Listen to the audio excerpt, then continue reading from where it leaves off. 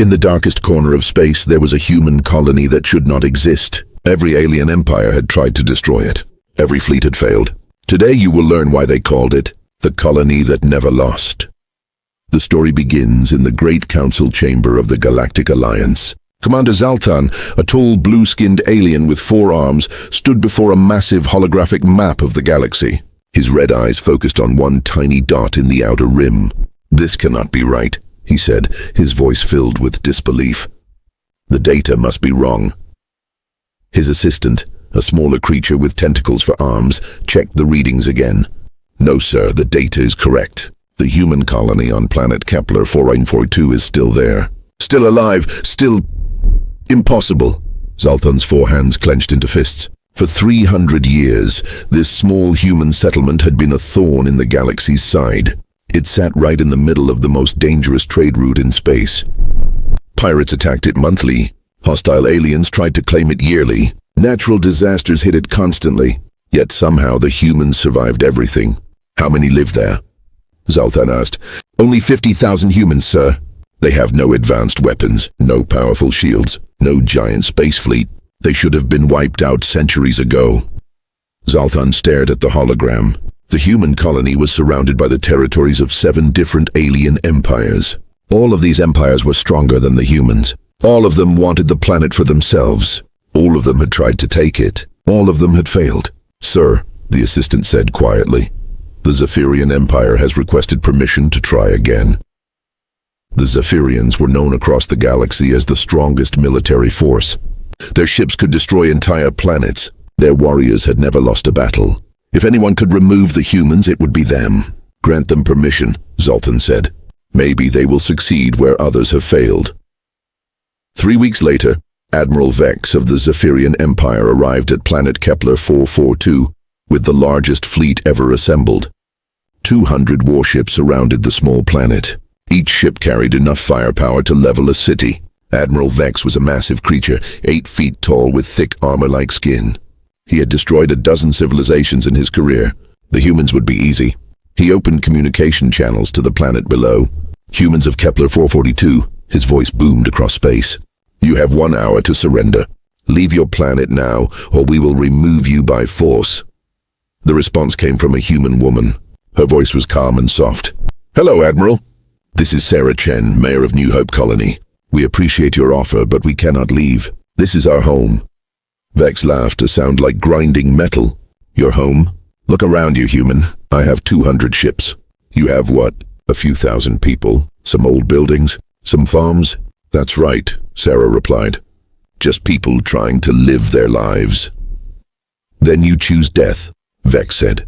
He cut the communication and turned to his weapons officer. "Begin the attack. Show no mercy." The Zephyrian fleet opened fire. Laser beams and plasma cannons lit up the darkness of space. The attack was so intense that nearby planets could see the light from their surfaces. For 6 hours the bombardment continued. The fleet fired every weapon they had. When the smoke cleared, Admiral Vex expected to see nothing but ash and rubble.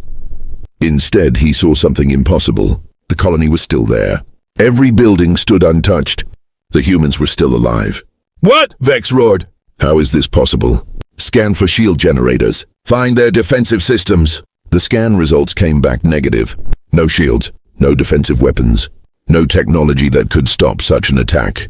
Yet the humans had not been harmed. "Sir," his science officer said, fear creeping into his voice. "There's something else, something strange." "What now?" "Our weapons. They fired, but the energy readings show that none of our shots actually hit the planet. They just disappeared." Admiral Vex felt a chill run down his spine. In 30 years of warfare, he had never seen anything like this. "Prepare for another attack," he ordered. "Sir, maybe we should..." "Another attack," Vex shouted. But before the fleet could fire again, something happened that would haunt Admiral Vex for the rest of his life. One by one, his ships began to vanish. Not destroyed, not damaged. They simply faded away like smoke in the wind. Within minutes, half his fleet was gone. The remaining ships tried to flee, but they too disappeared into nothingness. Admiral Vex found himself alone in space, watching his mighty fleet become nothing more than empty darkness. His ship was the last to go. As his vessel began to fade, he heard Sarah Chen's voice one final time. "Safe travels, Admiral. We hope you find what you're looking for." Then everything went black. Back in the Galactic Alliance Council chamber, Commander Zalthan received the report. The entire Zephyrian fleet had vanished without a trace. No wreckage, no survivors, no explanation. The human colony remained untouched. Zalthan stared at the hologram of planet Kepler 442. The small dot seemed to pulse with mystery. "Sir," his assistant whispered, "what do we do now?" Zalthan was quiet for a long moment. Then he spoke the words that would echo through the galaxy. "We leave them alone. Whatever the humans have, we don't understand it, and maybe we don't want to." But deep in space, other alien empires had heard about the Zephyrian failure. They were not ready to give up. The humans had won again, but their greatest challenges were still coming, because the Zephyrians were just the beginning. Part 2. The pattern emerges. 3 more alien empires tried to destroy the human colony. 3 more fleets disappeared, but one survivor escaped to tell a terrifying tale that would change everything. Captain Drix was barely alive when his escape pod crashed on the desert planet of Morvac. The small green-skinned alien crawled from the wreckage, his body shaking with fear. His yellow eyes darted around as if something invisible was chasing him. The rescue team found him 3 days later, talking to himself and drawing strange symbols in the sand. "The humans," he whispered over and over. "The humans did something. Something impossible." Captain Drix had been part of the Krillian attack force, the second empire to try conquering planet Kepler 442 after the Zephyrian failure. The Krillians were known for their advanced technology and smart battle tactics. They had studied the Zephyrian defeat carefully. "We thought we knew what went wrong," Drix told the medical team. "We brought different weapons, better shields, faster ships. We were going to succeed where they failed." The Krillian fleet had arrived at the human colony with confidence. 500 ships all equipped with the latest technology. They had surrounded the planet and demanded surrender. The same human woman, Sarah Chen, had responded with the same calm voice. "Hello, friends. This is our home. We cannot leave." "We gave them one final chance," Drix continued, his voice getting quieter. "When they refused, we attacked with everything we had. But just like before, something impossible happened. The Krillian weapons fired perfectly. The targeting systems worked. The energy reading showed direct hits on the planet. Yet when the smoke cleared, the human colony remained untouched. That's when I saw it," Drix said, his eyes wide with terror. "I saw what really happened to our attacks." "What did you see?" the doctor asked. Drix drew another symbol in the air with his shaking finger. The attacks didn't bounce off. They didn't get blocked. They just went somewhere else, like the planet wasn't really there. The medical team looked confused, but Drix continued his story. "Then our ship started disappearing. Not like explosions. Not like they were destroyed. They faded away like morning mist. I watched my friends, my crew, my commander. They all just vanished into nothing." Drix had been the only survivor because his ship's engines had failed, leaving him floating in space as the rest of the fleet disappeared around him. "Before my ship started to fade too, I heard her voice again. The human woman. She said, 'Thank you for visiting. We hope you find peace.' And then?" the doctor asked. "Then I was alone. Completely alone in empty space, watching that little human planet like nothing had happened. Like 500 of our best ships had never existed." Word of Captain Drix's story spread quickly through the galaxy. 2 major empires had now sent their strongest fleets against the humans, and both had failed completely. But instead of learning caution, other alien races became more curious. The Vorthan Empire decided they would be the ones to solve the mystery. They sent a smaller but more advanced fleet, equipped with the best scanning technology in the galaxy. The result was the same: complete disappearance. Then came the Nexari coalition with their biological weapons. Gone. The Stellar Brotherhood tried using robot ships with no living crews. Vanished.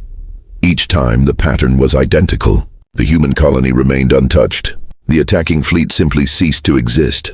And always, Mayor Sarah Chen's calm voice would wish them well as they faded away. Captain Drix was not the only survivor. A few others had escaped from different attacks, and their stories were all the same. The humans had no visible defenses, no advanced technology, no military formations, yet they were impossible to defeat.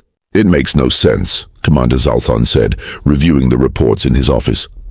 5 major empires, over 2,000 ships, all gone. and the humans just exist. His assistant pulled up the latest intelligence report. Sir, the survivors all say the same thing. The humans seem completely normal. They farm their land. They raise their children. They live simple lives. But when attacked, they become ghosts. Zoltan finished. The reports from various spy satellites showed the same thing.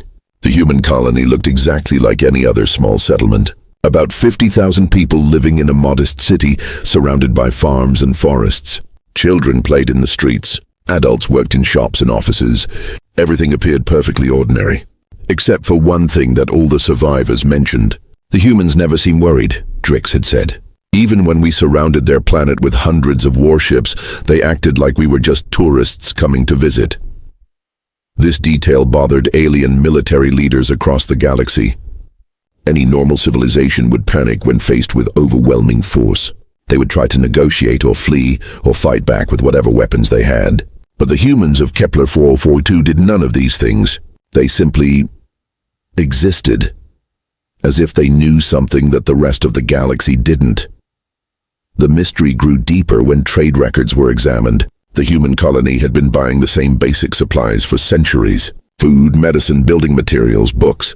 Nothing military, nothing defensive, nothing that could explain their impossible survival. Sir, the assistant said, interrupting Zoltan's thoughts. We have a new development. What now? The Galactic Empire itself has decided to investigate. Emperor Maltheus is sending his personal fleet to study the humans directly. Zoltan felt his blood turn cold. The Galactic Empire was the most powerful force in known space. Their technology was centuries ahead of everyone else. Their military had never faced defeat. If they couldn't solve the mystery of the human colony, no one could. When do they arrive? Zoltan asked. 3 days, sir. Zoltan stared at the hologram of planet Kepler 442 once again. The small dot seemed to pulse with secrets that the galaxy couldn't understand. Sir, his assistant asked quietly, what do you think will happen?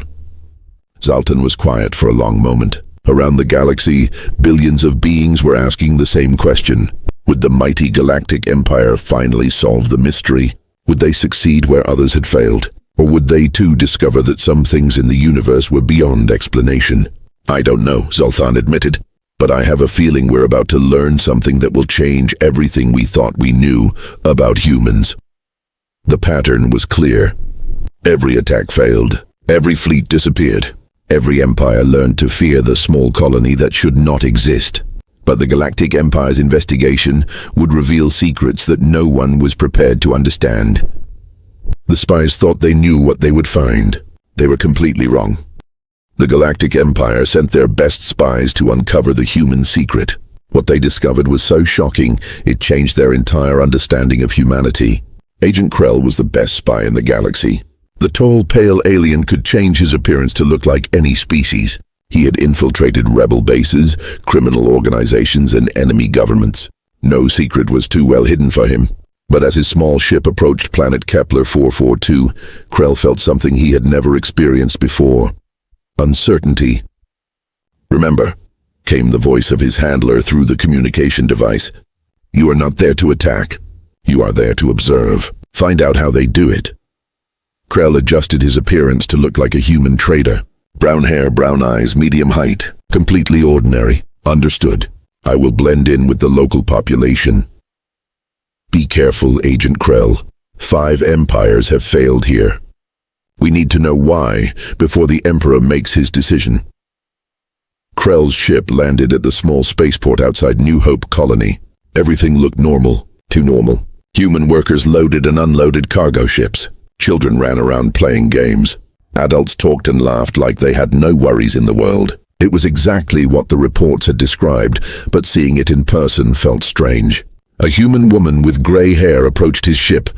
Welcome to Kepler 442, she said with a warm smile. I'm Janet Morrison, port administrator. Do you need any help?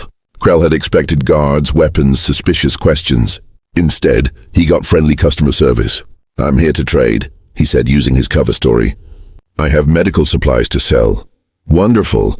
Dr. Williams will be very happy. We always need medical supplies. Let me help you with the paperwork. As Janet filled out forms, Krell studied the spaceport carefully. No defensive weapons, no military personnel, No security scanners. Anyone could land here and walk into the colony. It made no sense. Over the next few days, Krell explored New Hope Colony thoroughly. He visited shops, restaurants, schools, and homes. He talked to hundreds of humans. He scanned every building with hidden devices. Everything was completely impossibly normal. The humans grew food in their farms. They taught children in their schools. They healed sick people in their hospital. They had a small government, a few police officers, and a volunteer fire department. They also had something else that bothered Krell deeply. They were happy. Not the fake happiness of people hiding secrets. Real, genuine happiness. They laughed easily. They helped each other without being asked. They welcomed strangers like old friends. "How long have you lived here?" Krell asked a baker named Tom while buying bread. "My whole life," Tom replied, kneading dough. "My parents came here 50 years ago. Best decision they ever made." "Aren't you worried about attacks? I heard some alien fleets have tried to conquer this planet." Tom paused his work and looked confused. "Conquer? Why would anyone want to conquer us? We're just farmers and shopkeepers." "But the attacks, oh those," Tom said, returning to his bread. "Yeah, some visitors get a little upset sometimes, but it always works out in the end." Krell stared at the baker. "Works out? Entire fleets disappeared." Tom shrugged. "I don't really understand military stuff. All I know is that Sarah says everything will be fine, and it always is." This was the pattern Krell found everywhere. The humans knew about the attacks, but they didn't seem worried. They trusted their mayor, Sarah Chen, to handle everything. Krell finally managed to meet Sarah Chen on his 5th day in the colony. She was exactly as the reports described, calm, kind, and completely unimpressive. She looked like any middle-aged human woman. "Agent Krell," she said when they met in her office. Krell's blood froze. "I'm sorry, what?" Sarah smiled gently. "It's okay. We know why you're here. You want to understand how we survive. I don't know what you mean. I'm just a trader. You're a Maltharian spy. You can change your appearance, but you can't change your scent. Our dogs figured it out on day 1. Krell's hand moved toward his hidden weapon, but Sarah raised her hand peacefully. "Please don't worry. You're welcome here. We don't mind visitors, even spies. Would you like some tea?" This was not how infiltration missions were supposed to go. Krell sat down slowly, completely confused. "How?" he asked. "How do you survive? Your colony should have been destroyed centuries ago." Sarah poured tea into 2 cups. "That's a good question. What do you think the answer is?" "I've been here 5 days. I've scanned everything. You have no defenses, no advanced technology, no military, yet 5 major empires couldn't touch you." "That's right," Sarah nodded. "We're just ordinary people living ordinary lives." "Then how—" "Agent Krell, let me ask you something. When your people attack our colony, what do they expect to happen?" Krell frowned. "They expect to win, to conquer, to take control. And what actually happens? They disappear. Their ships vanish. They cease to exist." Sarah sipped her tea thoughtfully. "Do you think they cease to exist? Or do they go somewhere else?" "What's the difference?" "A big difference," Sarah said. "One means death. The other means something else entirely." Krell felt a chill run down his spine. "What are you saying?" Sarah stood up and walked to the window. Outside, human children played in a park while their parents watched from benches. Everything looked peaceful and normal. "Agent Krell, what do you know about human history?" "The basics. You're a young species. You developed space travel recently. You're not particularly strong or smart compared to other races." "That's what most aliens think," Sarah agreed. "But they're missing something important about humans." "What?" Sarah turned back to face him. "We're very good at one thing that other species struggle with." "What thing?" Sarah's smile became mysterious. "We're very good at letting go." Krell didn't understand, but something in Sarah's tone made him nervous. "I should report back to my ship," he said, standing up. "Of course. Thank you for visiting our colony, Agent Krell. I hope you found what you were looking for." As Krell walked toward the door, Sarah called out one more time. "Agent Krell, when you report to your Emperor, please tell him something for me." "What?" "Tell him that some secrets are not meant to be taken by force. They have to be given freely." That night, Krell sent his report to the Galactic Empire. He described everything he had seen: a normal human colony with no defenses and no weapons. People who seemed genuinely happy and peaceful. But he also included Sarah Chen's strange words about letting go, and secrets that couldn't be taken by force. "Sir," he wrote at the end of his report, "I recommend extreme caution. The humans are hiding something, but I don't think it's what we expected. There's something about them that we don't understand, something that makes them different." Emperor Malthus read the report with growing interest. His advisors had expected to find advanced weapons or hidden technology. Instead, they found ordinary humans with extraordinary confidence. "Prepare the science fleet," the Emperor ordered. "We're going to solve this mystery once and for all." But as his ships prepared for departure, Emperor Malthus couldn't shake the feeling that he was missing something important. The humans had survived because they were good at letting go. But what did that mean? And more importantly, what would happen when the galaxy's most powerful empire tried to force them to reveal their secret? The spies thought they understood what they had found. They were completely wrong. Part 4. The Truth Revealed. The secret wasn't human strength or technology. It wasn't weapons or shields. The truth about why humans never lost was more terrifying than any alien could imagine.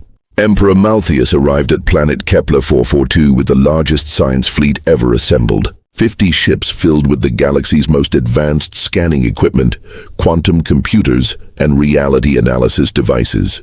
If there was a secret to find, they would find it. The Emperor himself was an ancient being, over 1,000 years old. His silver skin glowed with inner light, and his 3 purple eyes could see across multiple dimensions. He had conquered hundreds of worlds and solved mysteries that had puzzled scientists for centuries. "Begin deep scans," he ordered from his flagship. "I want to know everything about this planet. Every atom, every energy signature, every quantum fluctuation." The science fleet worked for 3 days. They scanned the planet's surface, its core, its atmosphere, and the space around it. They analyzed every building, every human, every plant and animal. The results made no sense. "Sir," reported Chief Scientist Vex, "we're detecting impossible readings." "Explain." "The planet exists in normal space-time, but when we scan deeper, we find layers." Emperor Malthus frowned. "Layers? It's like the planet exists in multiple dimensions at the same time. When attacks hit the surface layer, they pass through to somewhere else. Where?" "We don't know, sir. The energy signatures suggest parallel dimensions, but that should be impossible. No species has mastered dimensional technology." Emperor Malthus studied the data carefully. Then he made a decision that would change galactic history. "I'm going down to the planet myself." "Sir, that's too dangerous. 50,000 humans have survived here for centuries. I think I can manage a short visit." The Emperor's shuttle landed in New Hope Colony's main square. As always, the humans greeted him with friendly smiles and helpful attitudes. Children waved at his impressive silver form. Adults offered him food and directions. He was escorted to Mayor Sarah Chen's office within minutes. "Your Imperial Majesty," Sarah said, standing to greet him. "Welcome to our little colony. We're honored by your visit." Emperor Malthus had expected many things, but not this calm politeness. "You know who I am?" "Of course. You rule the Galactic Empire. You've conquered more worlds than anyone in history. You're here because you want to understand our secret." "Yes, my scientists tell me your planet exists in multiple dimensions." "How?" Sarah gestured for him to sit down. "Would you like some tea first? It's a long story." "I want answers, not refreshments." "The answers are connected to the tea," Sarah said gently. "Please sit." Reluctantly, Emperor Malthus sat down. Sarah poured tea into 2 cups and placed one in front of him. "Your Majesty, what do you know about human grief?" The question surprised him. "Grief? What does that have to do with dimensional technology?" "Everything," Sarah said. "You see, humans have a unique relationship with loss. Other species fight it, deny it, or try to prevent it. Humans do something different, which is, we let go." Emperor Malthus remembered Agent Krell's report mentioning those same words. "Explain." Sarah sipped her tea thoughtfully. "When humans lose something we love, a person, a home, a dream, we don't just mourn. We release it. We say goodbye. We let it pass into whatever comes after." "That sounds like weakness." "That's what most aliens think. But it's actually our greatest strength." Sarah stood up and walked to a photo on her wall. It showed the colony in its early days, with different buildings and fewer people. "This colony has been destroyed 17 times, she said quietly. Emperor Malthus felt his blood freeze. What? Destroyed completely? By natural disasters, alien attacks, plagues, accidents. 17 times everyone here has died. That's impossible. You're all alive." Sarah turned back to him with a sad smile. "Are we?" The Emperor's 3 eyes widened as understanding began to dawn. "No, you can't mean. When the first attack came 300 years ago, we all died. Every single person in the colony. But as we were dying, we did what humans do best. We let go. We released our attachment to life, to our bodies, to the physical world. But if you died, we let go so completely that we slipped through the cracks between dimensions. Death couldn't hold us because we weren't clinging to life. We existed in the spaces between what is and what isn't." Emperor Malthus stood up slowly, his silver skin growing pale. "You're saying this entire colony is dead? Alive? Both? Neither?" Sarah shrugged. "Human language doesn't have words for what we are now. We exist because we stopped trying to exist." The truth hit the Emperor like a physical blow. The humans hadn't survived the attacks. They had died in every single one, but their ability to let go had allowed them to continue existing in a state between life and death. "When fleets attack us now," Sarah continued, "their weapons pass right through us. We're not really here in the way they expect. And when the attackers refuse to let go of their need to conquer, to control, to possess, they get pulled into the same space we occupy. The missing fleets still exist, but not in your dimension. They're trapped between states just like us. The difference is they're fighting against it. We accepted it." Emperor Malthus felt fear for the first time in centuries. "This is impossible. The laws of physics apply to living beings in normal dimensions," Sarah agreed. "But we're not quite living and we're not quite in normal dimensions. We're in the space that exists when you truly, completely let go of everything." "Why are you telling me this?" Sarah's expression became sad. "Because your fleet is about to make the same mistake all the others did. Your scientists are trying to force us back into normal space. They're using quantum anchors and dimensional locks to trap us in physical reality." The Emperor's communication device suddenly activated. His chief scientist's panicked voice filled the room. "Sir! Emergency! The quantum anchors are backfiring! Our ships are being pulled into dimensional flux. We're losing contact with reality." Emperor Malthus looked at Sarah with new understanding. "You're trying to warn me." "I'm trying to save your people," Sarah said. "The secret to our survival can't be taken by force because it requires giving up force entirely. Your scientists are trying to grab onto something that only exists when you stop grabbing. How do I save my fleet? Tell them to let go. Stop fighting the dimensional shift. Stop trying to control what's happening. Accept that some things can't be conquered." Emperor Malthus activated his communicator. "All ships, this is the Emperor. Shut down all quantum anchors immediately. Cease all attempts to control dimensional flux. Do not resist whatever is happening." "Sir, that goes against all military protocol." "Do it now." One by one, the ships of the Galactic Empire stopped fighting against the impossible forces pulling them between dimensions. As they released their need to control the situation, they slipped back into normal space. Emperor Malthus looked at Sarah with a mixture of respect and terror. "You could have let us disappear like the others." "We don't want anyone to disappear," Sarah said.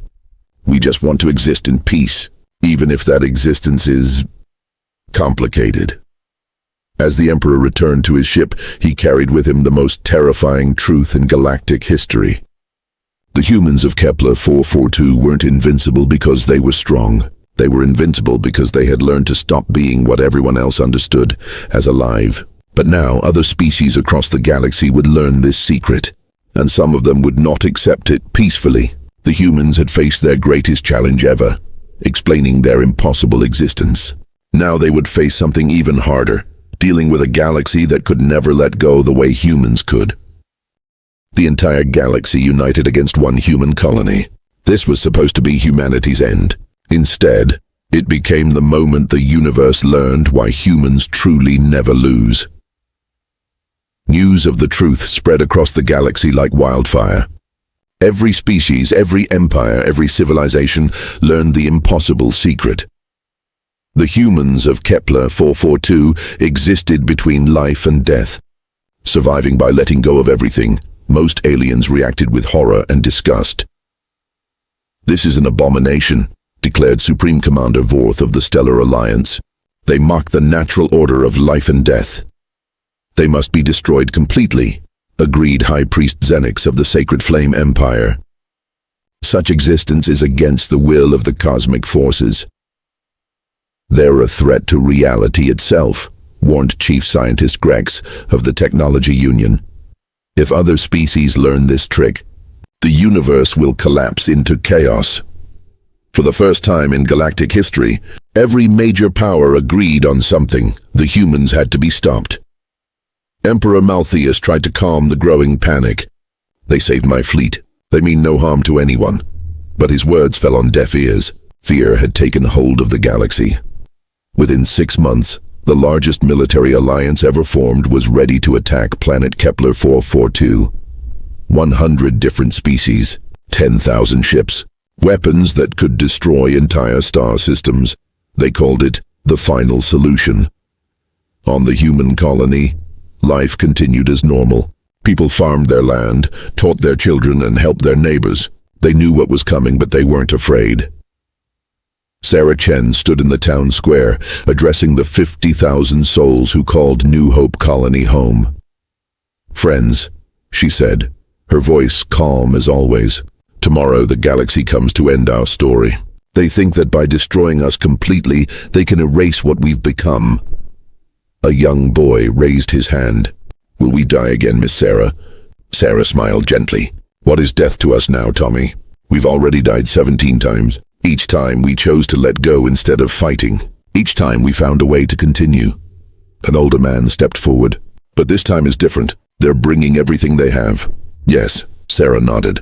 "This time they want to destroy not just our bodies, but our very existence across all dimensions.